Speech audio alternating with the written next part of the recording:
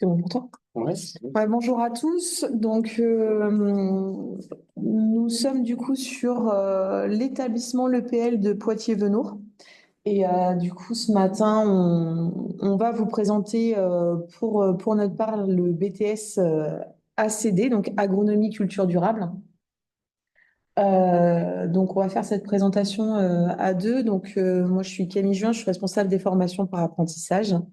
Et moi, c'est Foro Adrien, donc je suis coordinateur sur le BTS ACD en scolaire. On va continuer. L'idée, c'est que si vous avez des questions, n'hésitez pas à nous en faire part et comme ça, on pourra y répondre directement.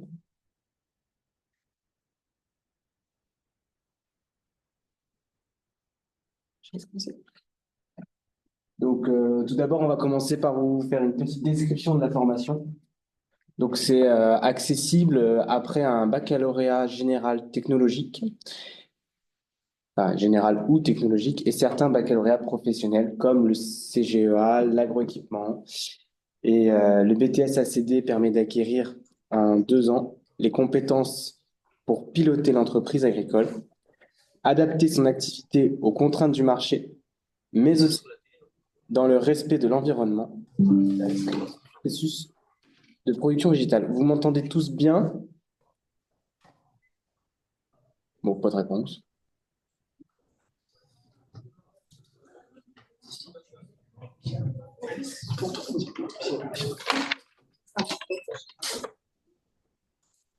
Madame, au pire, est-ce qu'on pourrait avoir le clavier et la souris avec nous? Est-ce- Que j'ai la licence.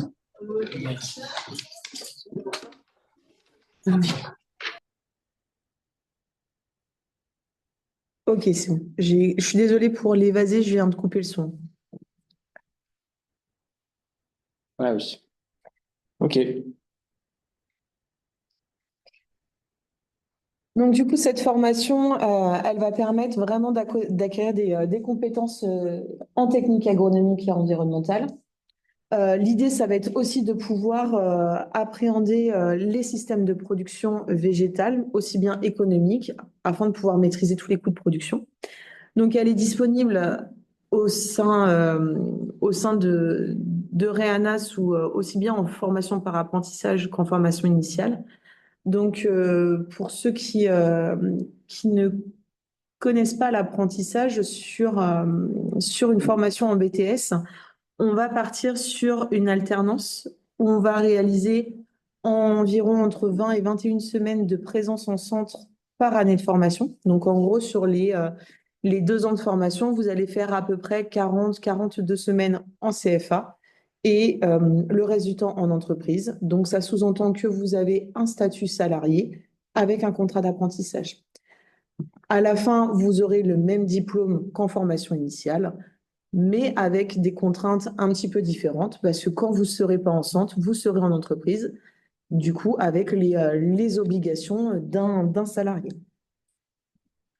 Voilà. Pour ce qui est de l'initial, donc c'est les mêmes attendus, les mêmes compétences et capacités qui sont évaluées qu'en apprentissage. La différence, c'est que vous serez en stage. Il y a 16 semaines de stage sur la formation, sur les 2 années. Donc, ces 16 semaines, elles sont réparties entre différents organismes. Excusez-moi. Oh, excusez-moi, on était en contrôle. Je vais sortir à temps. Ah oui. C'est pas... Bon, on va rester avec nous. Ah oui, Donc, on parlait de l'initial. L'initial, je rappelais, il y a 16 semaines de stage. Sur ces 16 semaines de stage, en fonction des établissements, la répartition peut être différente en fonction des lieux de stage. Donc, il peut y avoir, ça c'est sûr, des stages en exploitation agricole, et il va y avoir aussi des stages en organisme où les élèves et les étudiants, pardon, prendront la place et travailleront, accompagneront avec des professionnels, avec des techniciens ou des ingénieurs sur différentes problématiques, notamment un stage en expérimentation qui sera fait, nous, par exemple, sur Venours, on le fait pendant 9 semaines dans un organisme où les expérimentations sont menées, soit dans des centres d'expérimentation, soit c'est des agriculteurs.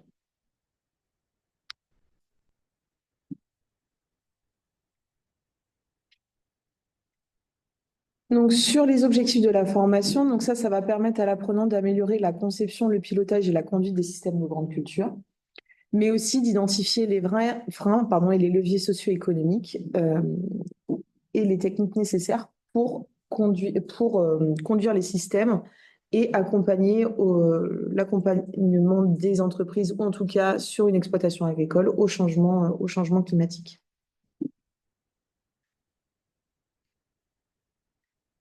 Donc après, on a des sous-objectifs qui correspondent grossièrement aux capacités qui vont être mobilisées dans le tronc professionnel.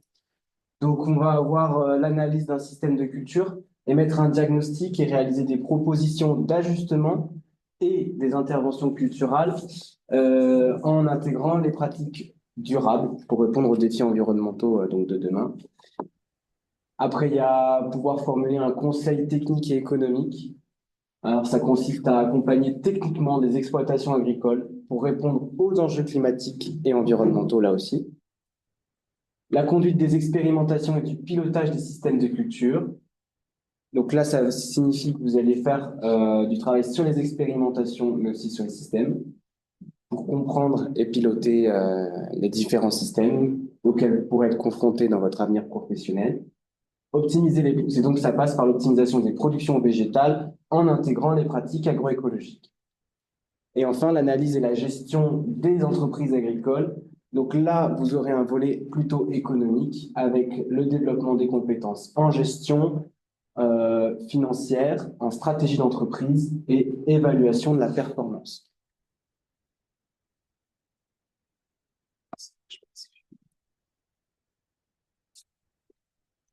Du coup, comme on a commencé un petit peu à vous dire, donc c'est une formation sur 2 ans. Euh, cette formation, elle ouvre largement les portes vers la vie active, tout simplement parce que vous pouvez aussi bien travailler sur des structures du monde agricole, donc en exploitation, aussi bien en tant qu'ouvrier, chef de culture, mais aussi dans le monde para-agricole, avec des postes de techniciens supérieurs dans de nombreuses entreprises ou des responsabilités diverses. Mais vous pouvez aussi poursuivre vos études parce qu'on est sur une formation qui est pour le coup diplômante. Alors, il y a des compétences à acquérir pendant cette formation. Il faut savoir adapter son activité aux contraintes et aux évolutions du marché, participer au pilotage de l'entreprise agricole ou para-agricole, maîtriser les processus de production, conduite de culture, diagnostic, évaluation, gérer un peuplement végétal en relation avec les ressources des milieux dans une perspective de durabilité, mettre en œuvre les agroéquipements dans le respect des contraintes d'hygiène, de sécurité, mais aussi de la protection de l'environnement, et maîtriser le fonctionnement de l'entreprise. Donc les débouchés métiers, donc quand vous êtes titulaire d'un BTS ACD, vous pouvez donc travailler dans une exploitation agricole. Vous pouvez aussi travailler sur des structures qui assurent des activités de conseil, d'information, de formation. Toutes les structures qui vont permettre de faire de l'achat, de l'approvisionnement, vente de matériel ou de produits ou de matières ou de produits et matières actives. Vous pouvez réaliser des expérimentations ou travailler sur du contrôle. En clair, ça va traduire ça par des postes de type chef d'exploitation, chef d'équipe, des conducteurs de travaux, des chefs de culture, des responsables d'approvisionnement, des chefs de silo. Tout ce qui est sur la partie conseil, donc les techniciens conseils, des délégués commerciaux, des techniciens d'expérimentation, mais aussi des technico-commerciales. Après, pour les poursuites d'études après le BTS ACD, on peut faire évoluer dans l'emploi des postes avec un peu plus de responsabilité. Donc pour ça, il faut se diriger vers une licence professionnelle, se spécialiser dans un secteur spécifique ou complémentaire qui peut être un peu moins centralisé autour de l'agriculture. Après, il y a la licence professionnelle agronomie ou la licence professionnelle agriculture biologique, conseil et développement, qui sont toutes désignées pour aussi être dans la continuité de ce BTS. Pour acquérir des compétences supplémentaires, il peut aussi être possible de faire d'autres BTS, de divers certificats de spécialisation, des classes préparatoires aux grandes écoles agronomiques et vétérinaires, ou encore des écoles d'ingénieurs. Donc cette formation, elle va être dispensée sur sur plusieurs EPL du consortium Reana. Donc, je vous ai dit en tout début que nous étions basés sur l'EPL Poitiers-Venoux, donc plutôt nord de la Nouvelle-Aquitaine. Les formations, on les dispense aussi bien en formation initiale qu'en formation par apprentissage. On va retrouver en formation initiale cette formation sur le PLEFPA des Landes et en apprentissage sur celui du Lot-et-Garonne et des Pyrénées-Atlantiques. Donc, nous, on a fini un petit peu notre information descendante. Par contre, on peut prendre justement du temps, l'idée de prendre du temps aussi un peu pour échanger si vous avez des questions avec des attentes particulières.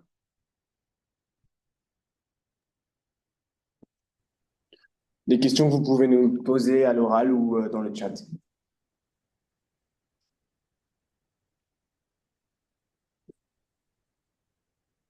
Vous aussi, hein. Vous avez peut-être des questions? Oui. Et l'apprentissage, on peut faire où exactement? Enfin, il faut être absolument dans une. Enfin, pas forcément, mais dans une COP, il faut être absolument dans le technico, on peut faire. Alors, sur les structures d'apprentissage, en fait, c'est ouvert à toutes les entreprises qui rentrent dans le référentiel de formation. Donc, en fait, toutes les entreprises agricoles classiques, toutes les entreprises en lien avec un conseil, donc les coopératives, les négoces, vont fonctionner. En gros, on pourrait même élargir sur d'autres types de structures. Après, il faut que ce soit pertinent dans votre formation. Une structure où vous allez faire que de la vente de matériel va pas forcément être en lien et du coup, l'apport que vous êtes censé avoir en entreprise, vous ne l'aurez pas.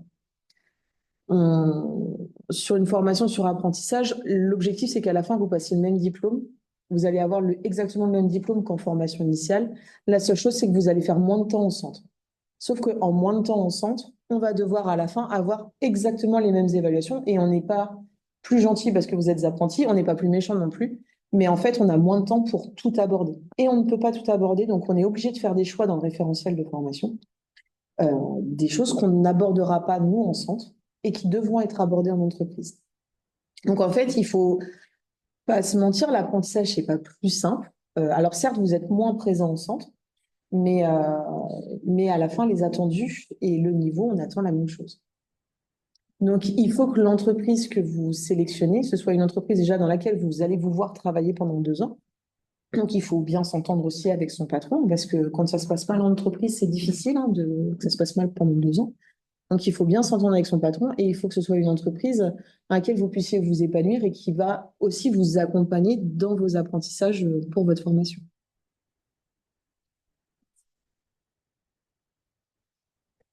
Alors, en question, on a dans le chat, bonjour, j'aimerais savoir si après le BTS, on peut rattraper un but comme le génie biologique, par exemple, ou une école d'ingénieur. Alors, le BTS, en fait, donc, maintenant, donc, dans certains cas, on va pouvoir le semestrialiser, ce qui va vous donner des équivalents en ECTS. Là, aujourd'hui, le BTS donne un niveau 5, donc l'équivalent d'un bac plus 2. Donc, pour rattraper le niveau bac plus 3 ou école d'ingénieur, il va falloir faire une année de licence sur le principe, donc les licences qu'on vous a montrées, pour atteindre ce niveau bac plus 3 pour ensuite rentrer dans l'école d'ingénieur. Après, les passerelles sont possibles, hein. C'est des formations qui sont diplômantes, donc vous validez un niveau bac plus 2. Donc ça, après, vous avez votre niveau qui est validé. Bonjour, moi j'aimerais savoir, vous avez dit qu'il y avait pas mal quand même de gestion d'entreprise. C'est de l'ordre de combien d'heures par semaine environ? Ah, c'est une bonne question. Alors, sur la question de mémoire, c'est une 80 heures. Alors, c'est beaucoup moins qu'un BTS Axe. En fait, il faut partir du principe que sur la CD, vous allez avoir les bases de la gestion pour pouvoir piloter au mieux votre système de culture en maîtrisant vos coûts de production, de savoir quand même quelques bases d'une exploitation agricole. Par contre, vous n'aurez pas la totalité des bases d'un BTS Axe, où en gros, l'équivalent, on va dire à peu près d'heures, c'est que vous allez avoir à peu près 80 heures de gestion en BTS ACD, alors que vous allez en avoir à peu près 300 en BTS Axe. Donc forcément, à la fin, vous n'aurez pas le même niveau en gestion. Par contre, l'idée, c'est qu'en BTS ACD, vous ayez un minimum de base pour pouvoir piloter économiquement vos systèmes de culture.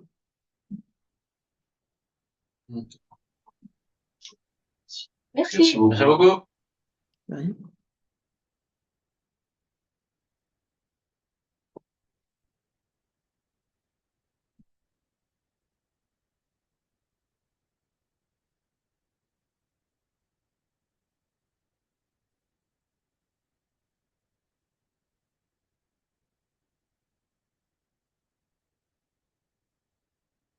Est-ce que d'autres personnes auraient d'autres questions?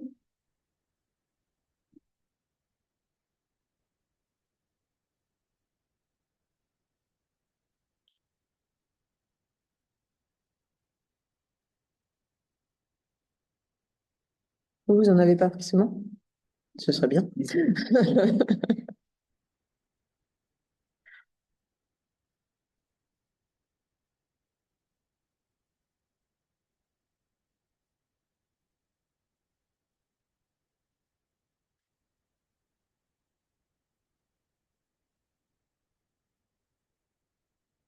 Le truc, moi. Bon, ben, merci beaucoup. Si vous n'avez pas d'autres questions, du coup, on va mettre fin à la visio pour que vous puissiez. Euh, est-ce qu'il y a un profil type que l'on recherche ou pas? Euh, un profil type pour quoi? Un- Est-ce que vous pouvez, du coup,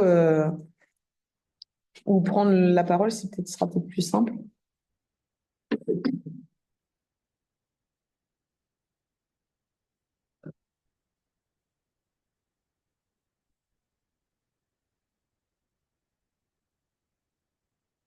Pour l'évaser, vous avez posé une question. Ah, en fait, alors c'est pas nous qui recherchons un profil. L'idée, c'est ce que vous voulez faire plus tard. Concrètement, les formations BTS, c'est pas des formations qui vont vous spécialiser dans un domaine ultra pointu. C'est pas un CS qui va vous donner une compétence dans un domaine unique. Le BTS, il va vous donner des compétences de manière un peu plus globale. On va attendre de vous une capacité d'analyse, une capacité de réflexion beaucoup plus importante que ce qu'on attend d'un niveau bac pro ou d'un CS. Et du coup, en fait, c'est vraiment ce que vous souhaitez faire par la suite. C'est est-ce que vous souhaitez intégrer un BTS parce que c'est bien de faire un BTS et que ça va passer le temps pendant 2 ans, ou est-ce que l'objectif, il est vraiment d'avoir ce niveau-là pour pouvoir peut-être progresser dans des structures, euh, aussi bien des structures agricoles en étant chef de culture, aller jusqu'à encadrer du personnel, ou est-ce que vous voulez juste être ouvrier à conduire un tracteur? Je suis très très large dans les propos, mais la réalité, elle est là. Nous, on n'attend pas un profil type, c'est plus, on va essayer de vous orienter en fonction de ce que vous souhaitez faire. Le profil, clairement, alors après, si demain vous dites que vous voulez travailler avec des chiens et des chats, en effet, vous n'êtes pas au bon endroit. Mais voilà, à partir du moment où vous voulez travailler dans une exploitation agricole ou travailler dans le milieu agricole, c'est très vaste. Il y a beaucoup de métiers différents. Et du coup, il y a des BTS qui vont être plus ou moins adaptés à ce que vous souhaitez faire. Et ce sera, nous, notre rôle est plus de vous orienter vers le BTS qui correspond à votre projet de vie.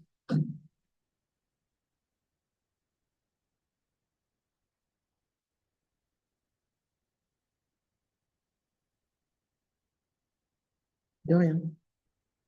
Dis, Oui. du coup, nous, on a une autre question. C'est, par exemple, quand on est en cours et qu'il y a une démonstration qui est faite, est-ce qu'il y a, comment dire, est-ce qu'il y a une démonstration sur le terrain? C'est-à-dire une application, c'est-à-dire qu'on va voir directement sur le terrain qu'est-ce qui se passe et comment ça fonctionne. Alors, en apprentissage, après je te laisse la Oui, oui, parole. ça marche. En apprentissage, en fait, On essaie de vous faire participer à des journées techniques. Par contre, on est obligé de faire des choix. Donc, en fait, toute la partie concrètement, alors des travaux pratiques, il y en a beaucoup moins qu'en bac pro. Parce que on n'attend plus de vous que vous soyez des simples exécutants, mais on attend de vous que vous puissiez encadrer ces exécutants-là. Donc, en fait, les travaux pratiques, il y en aura beaucoup moins. En apprentissage, on va pas se mentir, quasiment pas, parce qu'on doit faire des choix. Et aujourd'hui, la pratique en apprentissage, ben, vous l'avez dans votre structure d'apprentissage. Donc ça, c'est quelque chose où on va vite faire la passe côté CFA. Pour autant, si on peut vous faire participer à des journées techniques, donc faire des journées techniques, des rencontres Terre Innovia, des journées organisées par Arvalis, voilà, on va vous faire participer à ces choses-là. Dans votre formation, vous avez aussi une partie qui est mener un projet, conduire un projet. Et des fois, ces projets-là, ça peut aussi bien être un voyage de classe qu'organiser une journée désherbage, ce qu'on avait par exemple nous lundi sur l'exploitation, où en gros, il y a une journée qui a été organisée par des étudiants sur du désherbage mécanique de couverts. Et ça, c'est organisé par les jeunes dans leur formation. Donc, à ces choses-là, vous allez participer. Par contre, ce ne sera pas, pour notre part en tout cas, pas de manière régulière. Après, pour le lycée, Oui, en initial, vous avez un peu plus d'heures sur l'établissement, donc on fait encore un peu de pratique, notamment en agroéquipement, sur les différents matériels. Euh, des démonstrations, des journées techniques, on essaye d'y participer au maximum également, de vous offrir le maximum d'opportunités d'assister à ce genre d'événements. Et mais là aussi, nous, on recherche aussi pas forcément le fait d'exécuter comme vous pourriez être dans un bac pro, mais plutôt de réfléchir et de raisonner autour de pratiques et de techniques mises en place. Donc, c'est lié en fait agronomiquement et avec l'agroéquipement, etc. Donc, pour qu'il y ait une réflexion un peu plus poussée sur les pratiques qui peuvent être mises en place. Voilà, je sais pas si j'ai été clair.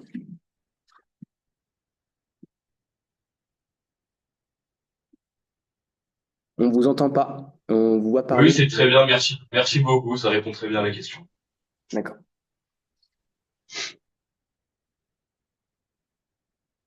on peut prendre une dernière question, sinon on va devoir laisser la parole au prochain.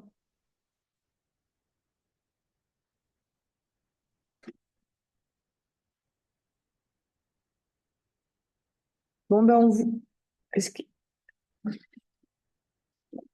Alors, est-ce qu'il existe la possibilité de partir à l'étranger avec la formation initiale? En fait, que ce soit en formation, alors initiale, c'est aussi bien voie scolaire que par apprentissage. Mais en effet, les mobilités internationales, elles sont même encouragées, hein. Donc, vous avez la possibilité de partir à l'étranger. Quand vous êtes en BTS, pour pouvoir bénéficier des financements, c'est plus qu'1 jour comme en bac pro, c'est 2 mois. Donc, une mobilité à l'étranger est possible, minimum 2 mois. Et juste la petite difficulté en apprentissage, c'est qu'il faut que votre patron soit d'accord. Voilà. Donc, il peut avoir des financements, mais c'est une possibilité, quelle que soit la voie de formation, pour tous les BTS.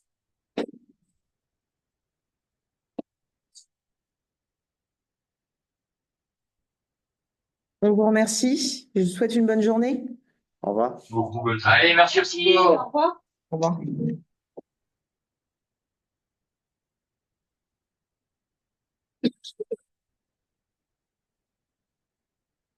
Je vais prendre la réunion pour tous.